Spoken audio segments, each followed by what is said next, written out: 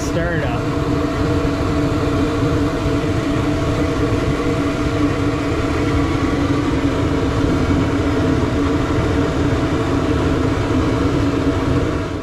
What's up everyone? Welcome to Lowered Expectations. Thanks for lowering your expectations and hanging out with me here. I do appreciate it.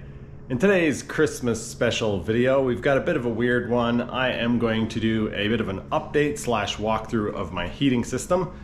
Some of you who watch my channel will know that I've been working on a waste oil water heater, and I've actually been heating my house with it for a little while now, a little while being a couple of weeks. So my house furnace hasn't actually turned on in the past 6 or 7 days, which is pretty impressive because the temperatures have been down all the way to minus 18 Celsius, which is this much Fahrenheit. Take a look at the thermostat. It's actually warmed up to minus 10 today, and it is 21.5 on the thermostat. Don't know if you guys can see that, but this is set to 18. So if the temperature drops below 18, that will kick on. If you've been following the channel, then you will have already seen the heater that I have outside, but we'll go take a look at that, and then I'll show you a look at the system. Moose, I'm trying to film here, buddy. Your bowl's empty. If you've been following the channel, then you will have already seen the water heater, but I've done some upgrades slash changes to it. So see if I can get outside without letting the cat out. All right. So before we go and look at the heater, I will show you guys, I've used up almost 600 liters of oil. I've only got, out of the 600 liters that I started with in early October, I now have 3 1-gallon jugs there, and a little bit in my filtering system here. That's all I have left out of 600 liters, which is this many gallons. Hopefully, if you guys are silly enough to attempt this yourself, first of all, do it at your own risk and try to be safe. I'll walk you through some of the things that I did wrong. The system is burning about 1.3 to 1.6 liters an hour in order to keep my house warm. The heater is not terribly efficient, but the fuel is free up to this point. So free in quotation marks, because there's a heck of a lot of labor to get it from the pails into the heater itself, and then there's cleaning of the heater and all that. I've got some metal up around here to try to guide heat to the fuel tank, and you may see there is a glowing circle in here. That is actually a light bulb. I've got 2 light bulbs inside of the oil tank to try to keep it warm, as well as setting it fairly close to the heater. And that's because the oil gets so thick that it doesn't want to flow through the pump. So we'll kind of run our way through the system here, and I'll explain. It's quite simple. Other than light bulbs running off of a battery, I've got a gravity feed line down to a pump. This is what they call a peristaltic pump. I purchased this on Amazon. This is one of the things that I will be upgrading, because, well, these silicone lines are supposed to last about 200 hours before they need to be replaced. If the line breaks open, it will dump oil everywhere, which is why I have it sitting inside this tote. If the line actually fails inside the pump, it'll fill this tote instead of spilling oil all over the ground. So it comes into the pump in this line, out of the pump, and through this fuel line into a piece of copper plated tubing that then goes into the burner. That goes into the bottom of the burner. If you haven't seen the videos on this, go check it out, it'll make sense. Inside of the bin, we also have the controller for the fan, which is this guy here. It's cranked up all the way, and I normally leave it cranked up. You can see I've turned it down. A bunch of people have told me that I need to get a quieter fan or place the fan somewhere else. But the sound that you hear isn't the sound of the fan, it's actually the sound of the combustion process. This is the fan here. I bought it on Amazon. It has worked fairly flawlessly, other than a solder joint, and it vibrates a little bit, but you can't really hear that over the roar of the burner anyway. So how this works, we've got a stainless steel coil. The water comes in through this line and goes up through the coil and out through this line and back to the house.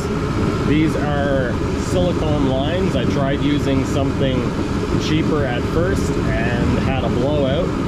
I have since managed to blow out one of these lines by getting the temperature up to very, very hot. So yeah, let's see, I actually have the piece of line here that failed. I got it extremely hot enough that this actually changed color. It had a purplish blue tint to it, so that's, yeah, like I say, it boiled dry and then it got really hot. The reason for these being cut out is that I want the hot gases or hot air from the flame to actually pass through the coil on its way out.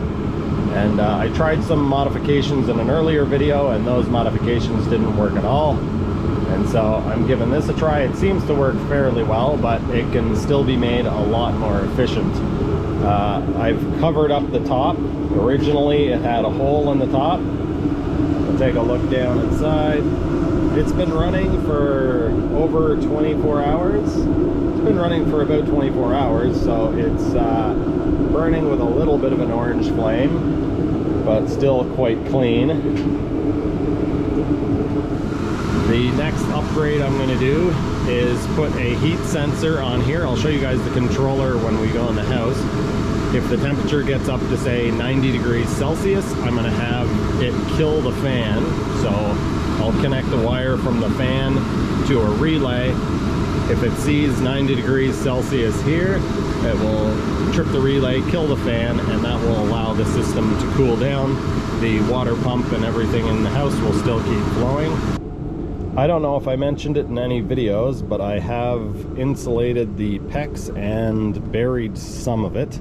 It seems to help make it a little bit more efficient. You can see I've got it going in underneath the deck, and the insulation that I'm using actually will melt if the water temperature gets up high enough. So not ideal, but it is what it is.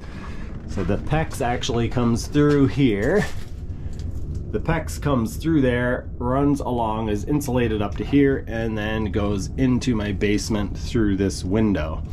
I need to get some more PEX insulation to take care of this, because obviously I'm losing heat through there. This window has been broken for years and is boarded up on the inside. It comes out underneath my deck, so I'm not worried about replacing the window. But I am going to put some styrofoam in there to insulate it. I've bought the foam, I just haven't had time to put it in. This is the penetration through the boarded up window. I've got my feed and return lines coming through there. Goes behind my furnace, around here, and we've got the line coming through from the heater. That goes here. There's an elbow, and this feeds into heat exchanger. This is a greenhouse fan or ventilation fan that I got from Vevor. The hot water goes in here, comes out here, and into the primary barrel, we'll call it. We'll talk about the heat sensing system in a bit, which is a meat thermometer with a Bluetooth on it. It's quite convenient, but I'm going to walk you guys through kind of how this system works a little bit. Some of it is pretty straightforward, some of it gets a little bit more complicated. So we're going to take a look down here, and you guys will notice that I do have 3 bins in total. I'm only using 2 of them right now, this one and this one. So this is a circulation pump. I burnt out my last pump, probably because it was sitting in a bin of 70 degree plus water. And we're going to ignore the mixing valve for now, but basically this pump pumps up through this copper pipe. I've got a heat sensor on it, and it goes up here, and that line goes back out to the heater. So this is the return to the heater. On the inlet side of the pump, we have a mixing valve. This is normally used for, it's used for hydronic heating systems and showers so that the water doesn't get too hot. So what I have here, going into the hot side, we've got this tube here going to the primary tank. And the reason why I did this is because this is 200 liters of water, and it takes long enough to heat up 200 liters of water, let alone 400 liters. It's going to take twice as long to heat this up. In order to get a usable amount of heat, I need this to be up around 50 degrees Celsius, 60 degrees Celsius-ish. That's where it performs fairly well. So if I were to try to heat 400 liters up all at the same time, it's going to be hours and hours and hours before the system could actually give heat to my house. So what I decided to do is use this mixing valve, and what it does, it pulls water from this barrel only until this barrel gets up to about 55 degrees Celsius. And it is adjustable on the knob, but 55 is about the highest. Actually, about 50 is as high as it can go, but it seems to overshoot that by a bit. So anyway, mixing valve. The way it works, we've got water coming in, which they call hot on this side, and then cold on the other side. So the cold side of the mixing valve goes to these two barrels. One of them is empty now, so we're only pulling from this 200 liters of secondary water. So the system fires up. Say the system is cold, which means the water is at room temperature. We basically have the water only circulating through this barrel. When it reaches 50 degrees Celsius in this barrel, the valve will open up and start heating up the water from this barrel. Now, because it all returns into this one, we need to be able to get the water back into this one somehow. So I've got a siphon set up, which some of you may not agree with, but it works perfectly fine. Physics is really cool, and it's really satisfying when it actually works the way you think it will. So basically this line returns and feeds all of the, anytime the system's working, all of the water comes back through this line, this hose. So this barrel is getting filled, even if it's pulling water out of this one. When the water level rises in this barrel, it goes through the siphon tube into this one. So the hot water from this barrel transfers over, and the cold water is being pulled out of this one. So the whole time the system is running, it gets up to about 50, and it stays at about 50 degrees Celsius until both barrels are above 50, and then the system will continue to rise from there. I've actually had it up to a little over 70 degrees Celsius in these barrels. Hopefully that makes sense. I know I probably didn't explain that perfectly. If you've got questions about it, let me know in the comment section below. This is what I'm going to talk about next. This was actually a huge, this thing is amazing.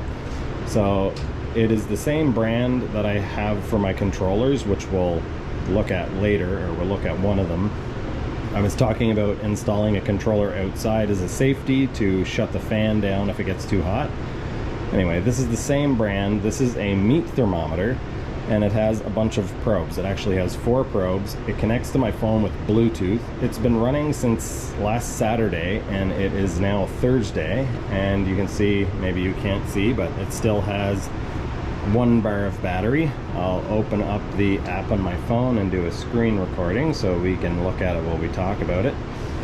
But basically, the number 1 on here is the temperature to this tube right here. So the water coming back from the heater is 60 degrees Celsius. According to this, it's actually quite a bit hotter than that, but that's one of the upgrades that I'm going to do, is get proper probes and I'll show you that in a minute. But I'm gonna get proper probes so that I can get more accurate temperature readings. Number 2 is this one, which is the water going back to the heater after it's gone, well, basically after it's gone through the mixing valve and the pump. It's on its way back out. And so that is 59 degrees Celsius. And then the third number is the temperature of this tank. You can see I've got the probe in here. So the temperature of this tank is 68. I think these two last ones are fairly accurate. So this is 68, and the secondary barrel is 65 degrees Celsius. Not only can you set alarms on it, the one thing that I don't like is the alarm doesn't go off on your phone, it only goes off on the device itself. So when I'm in bed and I want this to alarm if it gets to 80, doesn't help me because this is, yeah, several rooms over. Anyway, this is very cool. You can look at a graph. Oh yes, I was going to say 39% battery, and it's been running for 5 or 6 days now.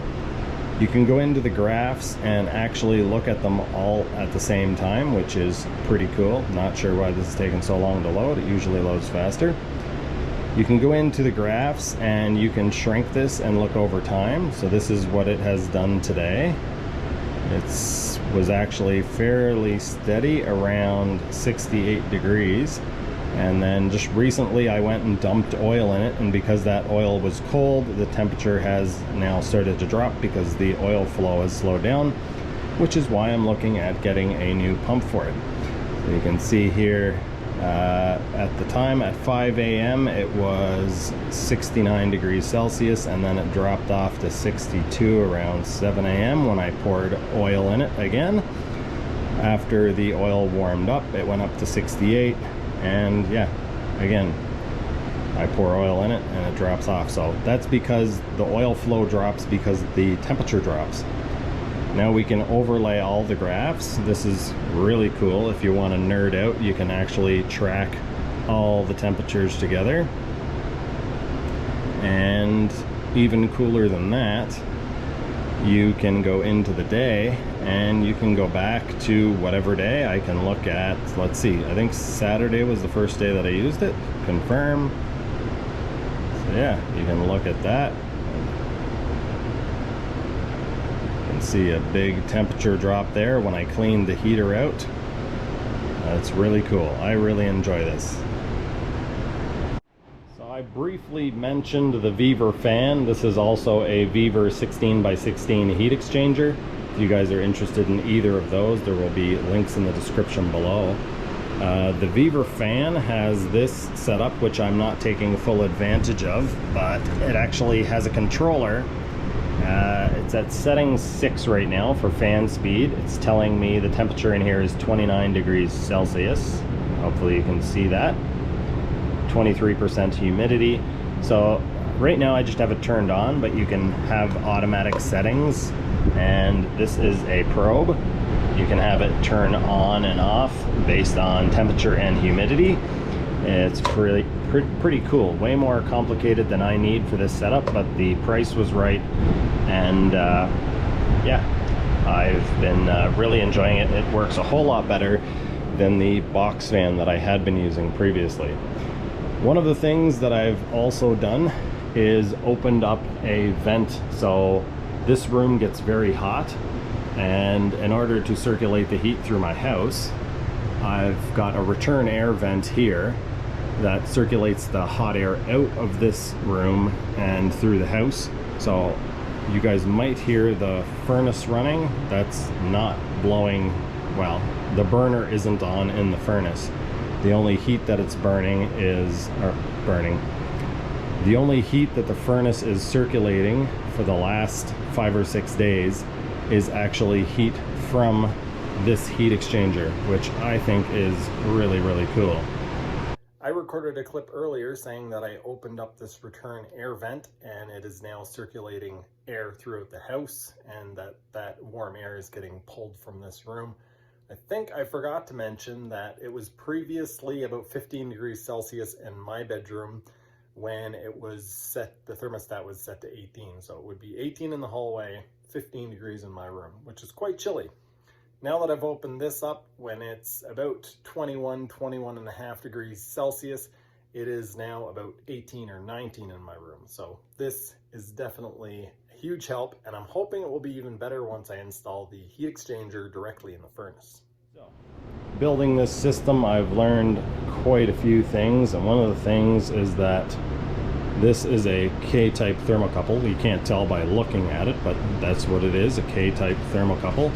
And this system actually uses K-type thermocouples, which means that I can attach this to this, and I have some proper ends coming so that I can actually solder this together, and then I'll be able to thread this into, I'll obviously have to get a piece to do so, but I'll thread this in so that the tip of this is actually in the water flow. And I'm going to do the same thing on the inlet side. I'll have one of these basically at the heat exchanger so that I can monitor the temperature into the heat exchanger. The reason why I bring up that this is a K-type thermocouple is that this is not. I forget the name, but this is the controller that I'm going to use for outside. And originally I had purchased this for this. I'm still going to be able to use these, but I can't just plug the K-type thermocouple into this.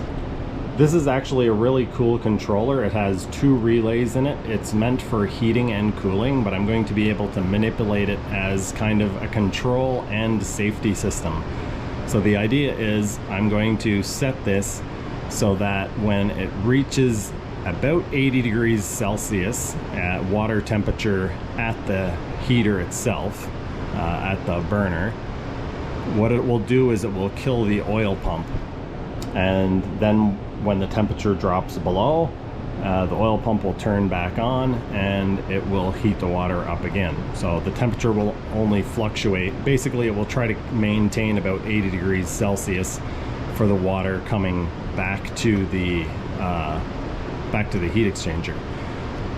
But as a safety, if something happens and it starts to get really hot, this has a second relay in it, which I can hook up to the fan. So there's going to be one relay that is used to kill the oil, and then if that doesn't cool it down, we've got one that will shut the fan off. It has actually been really nice in my house lately because this floor up here, this ceiling rather, is the floor of the kitchen, and over that way behind the camera is the floor of the living room. And so basically this room gets very hot, this laundry room gets very hot, and in the process it actually heats the floors. I've dropped my infrared thermometer one too many times apparently, and it has stopped working, but I checked it the other day and the temperature on the floor, the bottom side of the floor joists, is about 28 to 30 degrees Celsius depending on where you check them. So the floor in the kitchen is nice and toasty warm, and it does heat up the living room as well. As I've already said, this is a return air vent that pulls air out of this room. Current temperature is 30 degrees Celsius, as you can see here. Hopefully you can see that. So the temperature in this room is 30 degrees Celsius, and the air gets circulated out of here into the rest of the house. I'm doing a screen recording of the app, and as you guys can see, 71 degrees Celsius coming back from the heater, 65 going to the heater, 74 degrees Celsius in my primary water tote or my primary barrel, and 69 in the secondary. That's kind of impressive because if we take a look at the temperature, it is currently minus 14 degrees outside. In fact, I'll refresh and it might even be colder. Nope. Okay. So minus 14 degrees Celsius outside, as you guys can see from the screen recording. And we will now go and take a look at the thermostat, and we are at, you guys might not be able to see this, but It is set to 18, but we are actually 21. So hard to record that. One of the things that I plan on changing is the routing of the PEX pipe. Eventually I hope to use 3/4 pipe and actually bury it and then come through this hole. You guys may remember this clip. You can see where the gas meter is on the outside. This is the gas pipe coming through in the inside. So I can come through right here, and then I can put the heat exchanger in this piece of ductwork. And yeah, that will make my runs a lot shorter, which means I have less to insulate and less pipe to lose heat through outside. One of the safety upgrades that I plan to do to the system will hopefully also make it quite a bit more efficient, and that is basically surrounding the whole thing in a metal case. And the easiest way that I can think about doing that is to simply get a 55-gallon metal drum or 205-liter drum, cut one end out of it and slide it over the top of the heater. Of course, I'm going to need ways for the water hoses, air hoses, fuel, all that to get in, and I want an inspection window as well. So I'll cut a slot out of the side of it somewhere between 8 inches and a foot wide. And then, yeah, basically, worst case scenario, the outside of the heater gets a bunch of oil or gas spilt on it, catches on fire. It'll all be contained inside of the drum. It'll probably just run out of air and put itself out. But even if it doesn't, it'll be contained within that drum. And so yeah, less to worry about. Also, the bonus is that it's going to trap a lot of heat. The wind's not going to be able to blow through and just strip the heat off the outside of it. And whatever air the fan pulls in is going to be warmed because it's going to be trapped inside of that airspace. Right now, when it gets cold, it's pulling in cold air into the fan, and also a lot of cold air does rush in through the bottom of the slots that I put in there. And so probably has a little bit of a cooling effect. I don't know if I talked about this yet in another video, but the condensation issue has kind of solved itself in a roundabout sort of way. Sort of. And what I mean by that is I've just done a clean out on the heater, and it's actually not very cold today, so I'm not in a rush to fire the heater back up. But also why I'm not in a rush is because there's enough heat in the system, there's enough heat in the water inside of my house. Yeah, so the first two numbers are the inlet to the exchanger and the outlet from the pump coming back to the heater basically. So the other two numbers are the barrel temperatures, and as you guys can see, barrels are still quite warm. There's about, I believe, between 160 and 180 liters per barrel, so that will stay warm for quite a long time even if I left the pump circulating. I have considered using a diverter, or I don't know what you would call it, a recirculation loop. So basically, if the burner is off, I could still use the heat out of the barrels, but I don't want to be pumping the water outside through a cold coil because that would just cool things off and be very, very inefficient. So what I could do is have a loop that basically, instead of going back to the heater, it just loops back into the heat exchanger. And that way, even without the heater running, I can keep the water going. The reason why I'm a little hesitant to do that is because if for some reason I forgot that loop closed, it would boil the water in the coil, and it would be a pressurized system because I've closed it off. Before I end out this video, I thought I would go over a few more things about the burner and the heater itself. I've had some people give me some suggestions, and so I thought I'd go over some of those. You can see on the bottom of the heater coil here, I've got a little nub coming out. A bunch of people told me I should use a longer one. I'm going to be doing that. I actually have the piece right here. I thought it was a foot long, and I told a few people that, but this is probably closer to 14 inches. But anyway, this is the old one, and it got very hot a few times. The other thing is a couple of people were concerned about this metal deteriorating very quickly because of the heat. You can see the 4 spots, 1, 2, 3, and 4, where the flames shoot out of this pipe here. and these spots do get very, very hot. When I clean out the dish here, I try to avoid scraping this material off the inside, and it seems to do a pretty good job at protecting the surface. But I am going to be doing one other thing. A bunch of people had mentioned this, and I'm going to try going down the path of putting a stainless steel dish. I'm going to get a bundt cake stainless steel pan, and I'm going to put it in here. We're going to drip the oil in there. That should make it warm up quicker, shut down without a bunch of smoke, and it will also mean that I can throttle the heat more accurately, because the fuel will be flashing off kind of as it hits the metal instead of building up in a pool and then burning off. As soon as I cut the oil feed, the heat will lower. So I should be able to control this a whole lot better. The next thing I wanted to show you is this is 43 hours of runtime, and it looks pretty nasty and messy. I did put some cardboard in here at one point, so a bunch of this stuff is just cardboard leftovers. Not the smartest thing to do. 600 liters of oil in total in the burner, but over 300 liters of it was using the heating coil. This piece here, you can see, has a little bit of stuff on it, but it burns very clean. This pretty much glows almost red hot. I did throw a bunch of junk in there at one point, so not really fair to even complain about any buildup on it. This is the piece, this is a fairly new piece that I've been capping off the top with.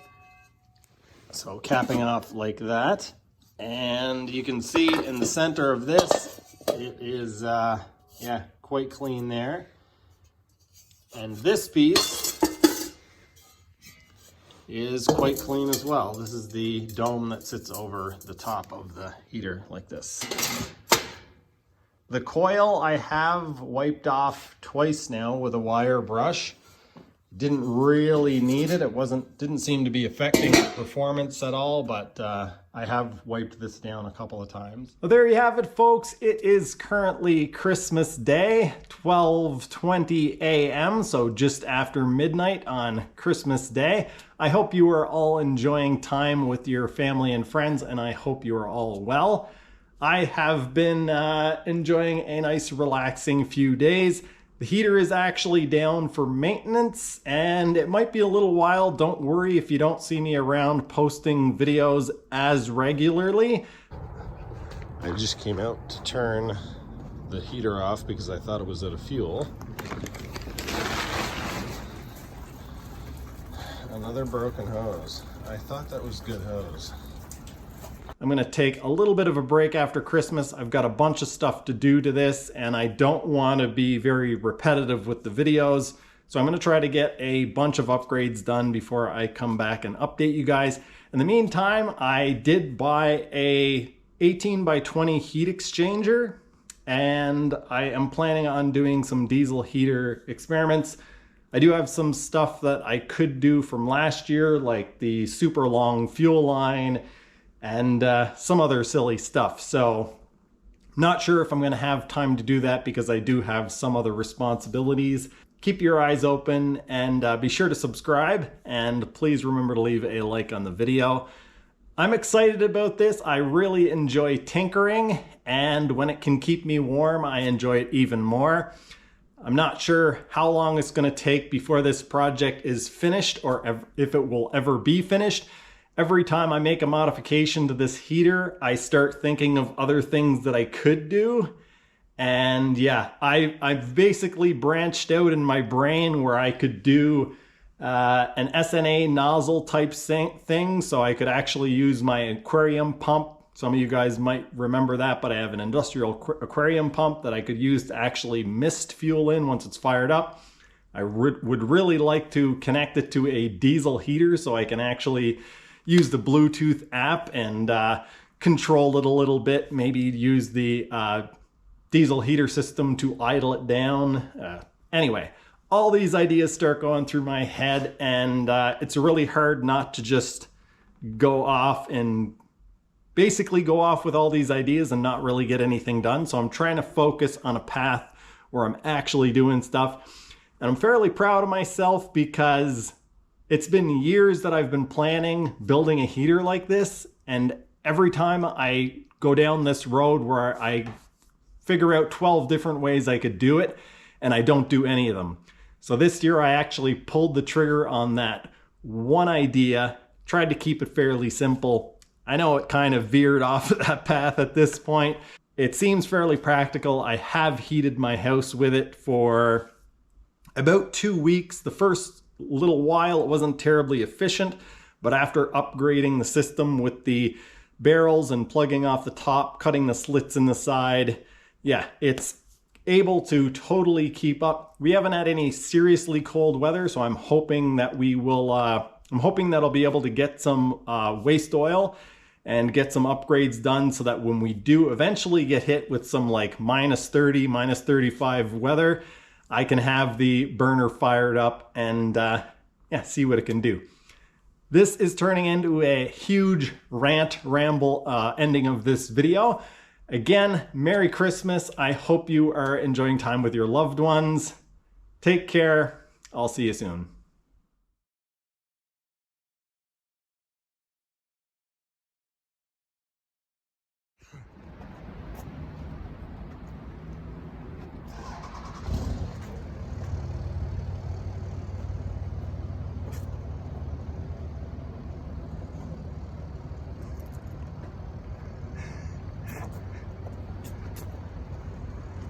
Good boy.